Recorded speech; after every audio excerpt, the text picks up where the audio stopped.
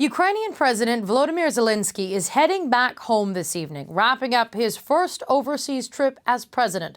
He was participating in the Ukraine Reform Conference in Toronto, where more than 800 Ukrainian officials and allies gathered to talk about the country's political, economic and policy reforms. What support is Ukraine expecting from Canada? Arseniy Yatsenyuk was Ukrainian Prime Minister from 2014 to 2016 and is the leader of the People's Front Party. He joins me now from Toronto. Thank you very much for your time today, sir. The Canadian government is pledging $45 million in new funding to help with major reforms in Ukraine, while also promising not to recognize certain passports issued by Russia to people living in Crimea. What is your reaction to Canada's promise? Well, first of all, let me commend the Canadian government and the previous Canadian government that support Ukraine. They have the common ground in terms of real support of the Ukrainian people.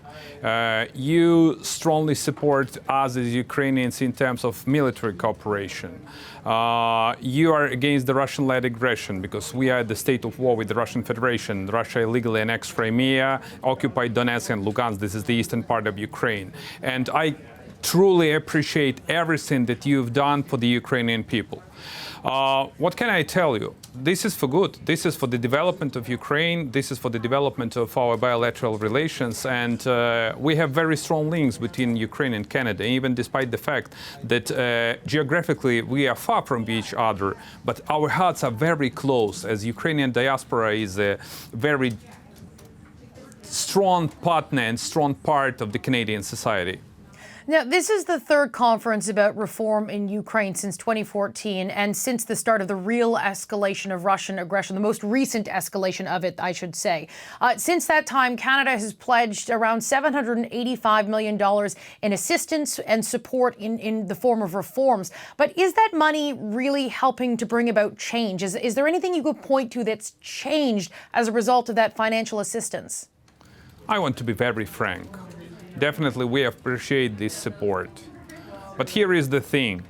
The best way to support Ukraine is to get rid of the Russian forces, military boots, and Russian army, which is on the ground in Ukraine.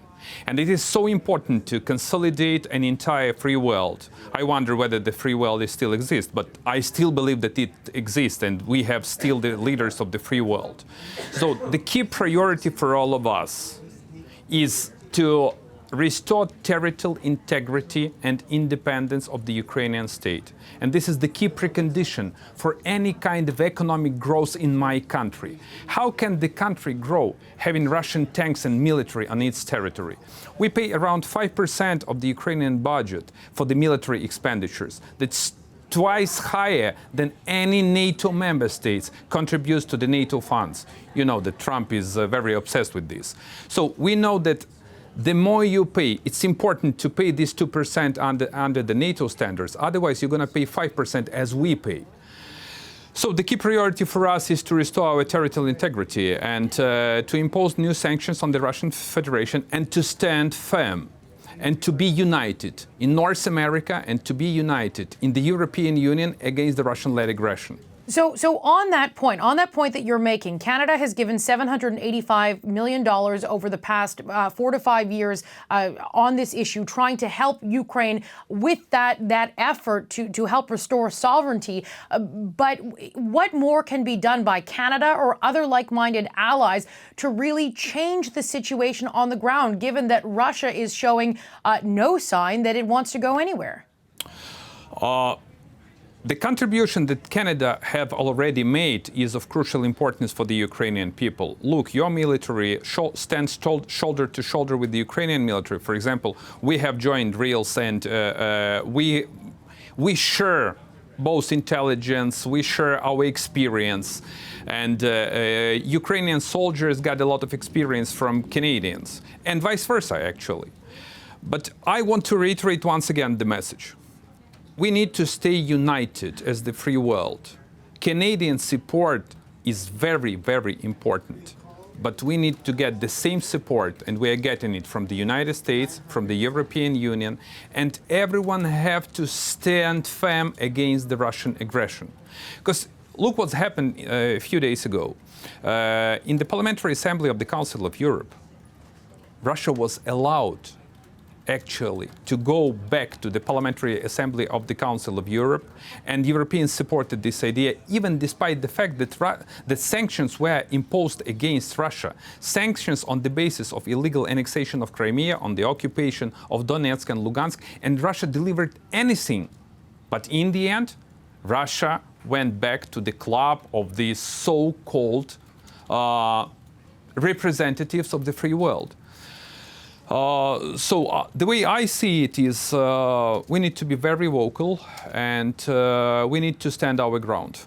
So on that point, last week at the G20 in Japan, U.S. President Donald Trump sat down for a photo op with Russian President Vladimir Putin. And there was this moment that got a lot of attention last week and is still getting attention about how they seem to laugh about a joke about Russia interfering in the last U.S. election. When you're talking about there needs to be this united voice standing against Russian aggression, does the President of the United States undermine that message when he sits there next to Putin and jokes about something like that? One can say that this could play into the Russian hands, but the way the American politics is facilitated is that Russian issue and Ukraine actually seems to be a bipartisan issue in the United States. Russia definitely meddled into the US elections. Russia definitely meddled into Brexit. Russia definitely meddled into a number of European elections. Russia is definitely meddling into the Ukrainian elections and into the Ukrainian political system. So Russia posed a threat to everyone. And we need to realize this and to be on the same page. And I strongly believe that the President of the United States fully realized this. I still strongly believe that he fully realized this. So when you see him laugh about it, do you find that, does that undermine what you're trying to do to try and get that message out there? The optics is not the best one. You made a very clear point to say that Russia interfered in the U.S. election. It interfered in your election. It's interfered in elections in the U.S. Canada is about to head into an election season. Do you have any advice for Canadian officials who are probably, we don't have anything confirmed just yet, but given your concerns around Russian interference, if Canadians do come across that? Stay on alert. Be fully armed. They will be interested in meddling into your elections too, because you stand firm. You support and underpin the values of the free world. You support the Ukrainian people, and you are the members of NATO.